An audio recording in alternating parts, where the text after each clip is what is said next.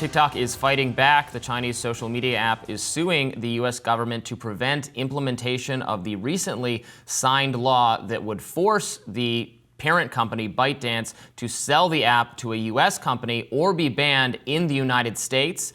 This is a free speech issue from TikTok's perspective, and we're going to find out what happens in the courts. So we're coming to a place, Brianna, that was predicted that this would eventually end up in the courts to find out whether this is a violation of the First Amendment.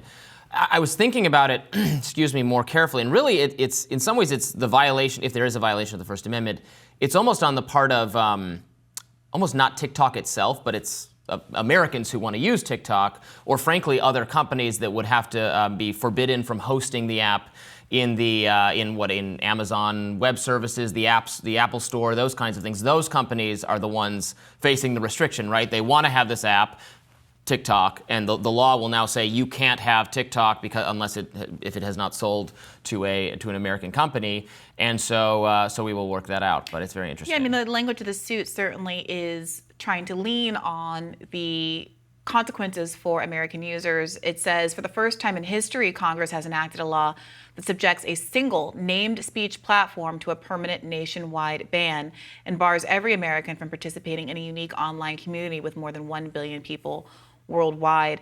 It points out that to the extent that there is a counter argument that it's not actually a TikTok ban, it's just a forced sale. It says that that's constructively a ban because it is not commercially, technologically, or legally possible to sell the company, especially within the 270 days that it's been given. Either there are companies that are not big enough and rich enough to buy it, and those that are would likely be hit with antitrust issues. Now, the people who designed the ban obviously anticipated this, and it is likely that this is going to be a tough fight. But I think the real kind of material outcome of them having filed this suit is that it is going to put that 270 days they have for a sale on hold and basically give them a longer period of time until the ban actually will come into effect as they litigate this case. So the law does specifically mention TikTok, which I think is a problem on its own, but it also, it theoretically could apply to other social media apps as well. The language in the bill is foreign adversary controlled application. Right now, U.S. law designates China, North Korea, Russia, and Iran as foreign adversaries. And then, so what constitutes a foreign adversary controlled application? It's if you are satisfy one of 3 different criteria, if you're headquartered in one of those countries, if the government owns a 20% stake in your company, or, and this was the language that really worried me, is subject to direction or control by one of the foreign adversaries. And given how slippery the rhetoric was around social media apps, other social media companies being controlled or directed by Russia, by China, etc., all the, I think at times very lazy proclamations by journalists and by national security experts that these platforms are flooded with foreign-originated misinformation. I'm really worried about that same language being applied to Facebook or Twitter or other companies. And so we'll find out if that language pass muster, if that survives a First Amendment challenge. I think the ACLU says they're interested in getting involved, other free speech advocacy groups. Yeah, the lawsuit points out that Congress hasn't actually provided any proof of the data security risks that it alleges, and that would conceivably justify a ban of this nature. And that combined with the many explicit statements, most recently from Anthony Blinken, admitting that what gave this law traction, what gave the ban traction, was the perception that the kids were seeing too much ugly stuff being perpetrated by Israel in Gaza and affecting public opinion, really, I think, is a strong argument for TikTok to say none of this was about whether or not China was actually controlling anything. They haven't shown any proof of that. What they're upset about is that they can't control their own internal media narratives, and we're the ones that have to take the fall for it. Right, and the issue is, even if that was all true, that would not be a justification for banning TikTok. That would not survive First Amendment scrutiny, that, well, you don't like the editorial direction on this entity, you think it's propaganda, you think it's misleading. Okay, well, the First Amendment doesn't have anything to say about that. It doesn't say it gets to be banned because it's like that. The language is very clear. It's Congress shall make no law infringing on the freedom of speech. You could perhaps survive on a national security, a very serious national security issue. Maybe that would be stronger grounds.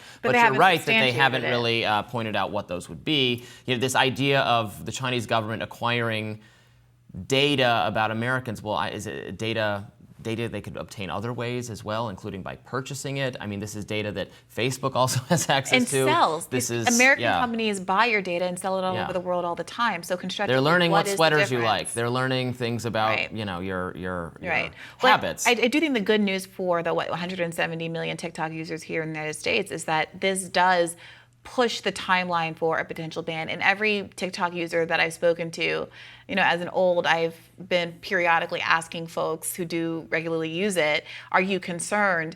And I've heard from multiple people that they don't like it, but they are skeptical that the ban is actually ever going to come into an effect.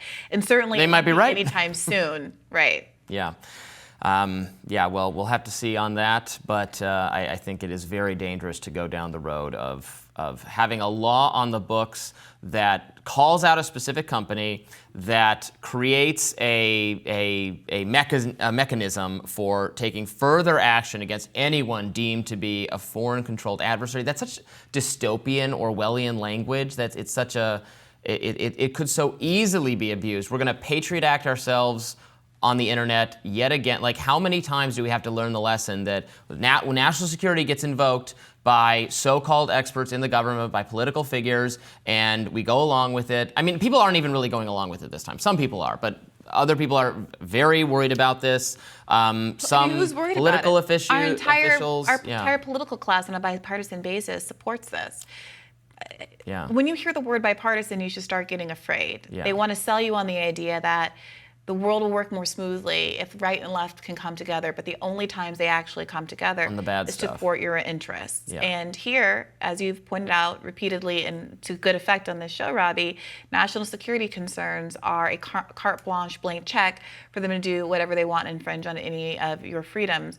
And I think it's no accident that we've seen what we've seen with respect to FISA 702, with the call to get the FBI involved in college campus protests, with the police mobilization at unprecedented levels, this push from Biden for increased police funding. All of them are around the geopolitical issue of our time. Foreign interventionism, foreign conflicts are the number one site of agreement for our political class. And I think that this TikTok ban is just the beginning of what we're going to see as we continue to see the escalation that's happening in Rafah and could perhaps spread more broadly in the Middle East. The first they come for X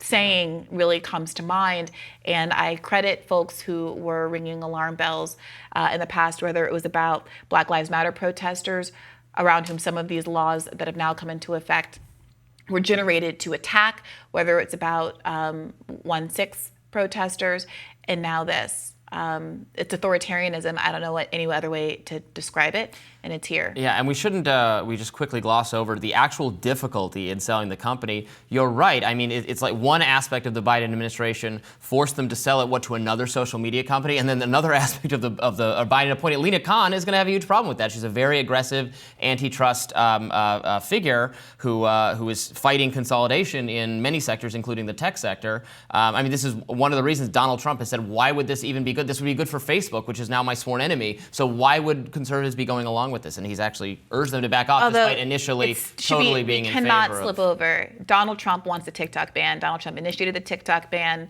The opportunity only arose because of our government's frustration with people being mad at seeing our greatest ally in the Middle East murder 34,000 people. But this, has Trump's fingerprints on it, and I would be really cautious about being credulous about statements that people make when they're not in power about what they do and do not want mean nothing. The statements they make and the actions that they take when they have the power to actually do something, that's what you should be paying attention to. Yes, but I'm trying to highlight, I want conservative people out there who trust, who like Donald Trump, to know that he is now against this. So you should be against it too if you're one of those people who is all about Trump and, loyal to MAGA. MAGA is now against this. Update your priors. More Rising right after this.